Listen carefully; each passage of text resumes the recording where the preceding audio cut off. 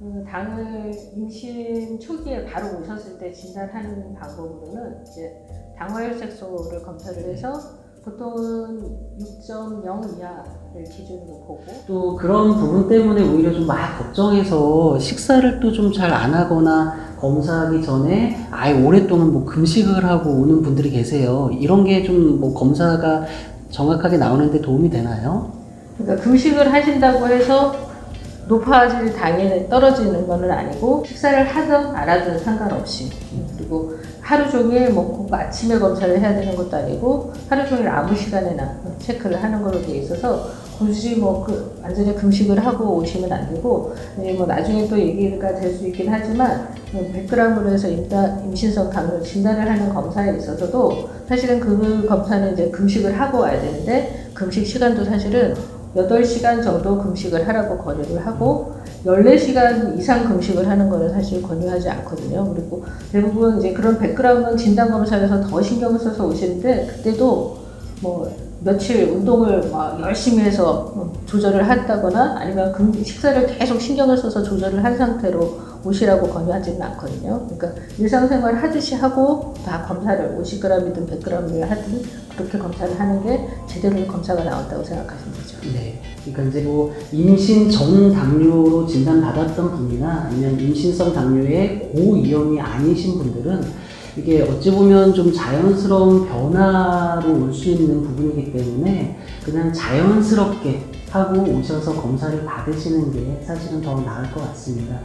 그럼 원장님 당뇨로 진단을 받았어요. 그럼 이제 다 큰일 나는 건가요? 이걸 어떻게 또 관리를 해야 되나요? 아니죠. 그래서 이제 임신성 당뇨는 아까 이제 얘기 드린 것처럼 50g 임신성 당뇨 검사는 일종의 선별 검사, 고위험군과 저위험군을 나누는 검사라고 이제 생각하시면 되고, 그래서 사실은 50g 당 검사를 했을 때도 그 당 수치가 기준에 따라서 사실 이제 저희 병원에서는 140을 기준으로 하지만 130이나 135를 기준으로 하는 경우도 있고, 이제 140을 기준으로 하면 이제 보통 임신성 당뇨를 한 90% 정도 선별해서 올 수 있는데, 대부분 근데 그 검사를 하게 되면 한 10% 정도에서는 이제 놓칠 수 있다는 얘기고, 그리고 보통 한 10% 정도에서는 필요 없는 사람들을 검사를 하게 된다고 보고요. 130을 기준으로 하면 임당이신 분들은 다 잡아낼 수 있는 걸로 되어 있는데, 대신 임당이 아닌데도 검사를 해야 되시는 분들이 보통 한 25% 정도, 굳이 안 해도 되는 분들을 검사를 하게 되는 상황들이 생기게 되죠. 그래서 보통 이제 기준은 130에서 병원에 따라서 140 정도로 나눈다고 생각하시면 되시고, 그래서 그 검사는 선별 검사고, 그리고 이제 진단 검사를 하게 되면 100g을 검사를 하는 거고, 100g은 얘기 드렸듯이 공복 시에서 오셔서 검사해서 공복 시 수치를 검사를 하고 이제 약을 먹고 1시간, 2시간, 3시간 검사를 해서 그 기준이 이제 2개가 이상의 기준을 넘어가면 이제 임신성 당뇨라고 진단을 하게 되고, 임신성 당뇨에서도 이제 말씀하신 것처럼 모두 다 큰일이 나거나 그런 거는 아니고, 보통 A1이나 A2로 구분을 하게 되어 있는데, A1은 공복시 혈당이 105 이하면 A1으로 포함을 하는 거고, 그래서 그 사람들은 대부분 식이요법하고 운동하고 또 조절을 하는 거고요.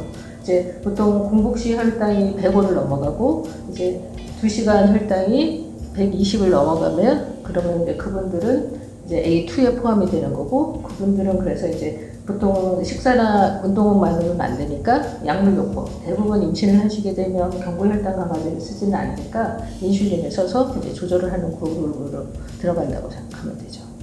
그렇죠. 우선은 이제 선별 검사에서 이상이 있을 때, 이제 그것도 수치가 이제 좀 약간 나라마다 또 기준치가 다르긴 하는데, 일반적으로 140 이상을 이제 임신성 당뇨 고위험군으로 보는데, 사실 아시아인에서 당뇨가 더 많이 발생이 되죠. 그렇죠. 그래서 사실 아시아인, 우리 한국인이라는 것만으로도 당뇨에 위반될 가능성이 좀 높은 거거든요. 그래서 130 이상이고 가족력이나 이전 임신 때 당뇨를 진단받았던 분들은 좀 정밀 검사를 하는 편이 더 나을 것 같고요.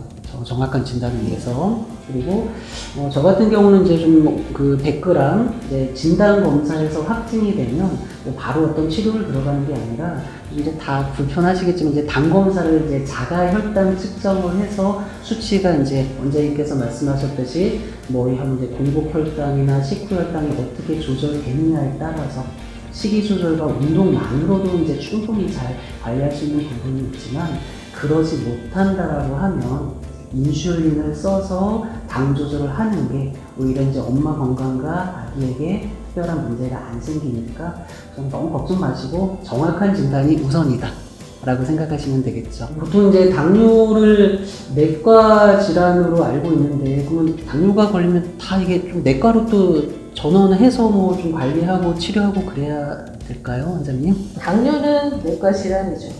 근데 임신성 당뇨는 내과 질환이라고 보기에는 조금 구분을 해야 될 것 같은 게, 왜냐면 임신성 당뇨에 있어서는 엄마한테 당도 중요하지만 아가에 대해서 어느 정도는 포커스가 되어 있는 거거든요. 아가한테 영향을 줄 수 있으니까. 이 당 조절을 하는 거에 있어서 그냥 내과에서 조절을 하는 당 수치 목표하고 임신성 당뇨에서 상과에서 사실은 목표로 하는 당 수치는 조금 틀린 것 같고, 그래서 상과에서 임신성 당뇨는 뭐 아기를 낳고 나서 계속 당뇨가 있으면 그때는 당연히 내과에 가서 다시 조절을 받아야 되겠지만, 임신하고 있는 동안에는 아가와랑 엄마 상태를 봐야 되는 거고, 그러면 산부인과에서 조절을 하는 게 더 낫지 않겠나 싶고, 왜냐면 이제 다 알고 있는 것처럼 일반적으로 임신성 당뇨는 아가가 대부분은 조절이 안 되면 이게 커지고 거대화가 생기지만,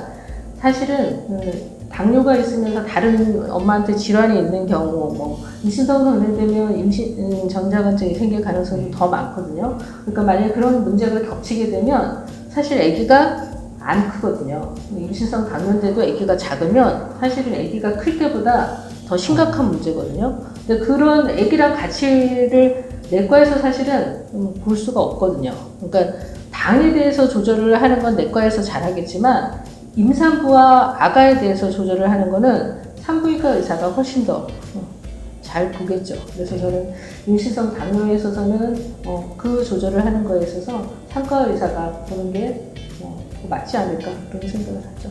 네, 저도 그렇게 생각합니다. 뭐 혼자만의 몸이 아니라 이제 아기도 이제 같이 봐야 되고, 오히려 임신성 당뇨가 이제 심해지고 하면 임신 중독증이라고 하는 전자간증의 위험도도 높아지고, 또 이제 태아의 성장도를 좀 봐서 좀 문제가 생기면서 더 꼼꼼하게 보기 때문에 산부인과 의사도 이 임신성 당뇨에 대한 공부도 많이 하고 연구에도 참여하고 또 실제 이제 치료에 좀 더 적극적으로 임하는 원장님들도 많습니다. 뭐 정일 원장님과 저뿐만 아니라 W 여성병원 대부분 원장님들께서 다 이제 각각 주치의가 다르시긴 하겠지만 원장님들 다 임신성 당뇨에 대한 충분한 지식과 경험이 있기 때문에 좀 병원 오시면서 상담을 좀 더 자세하게 받아보시면 좋을 것 같습니다.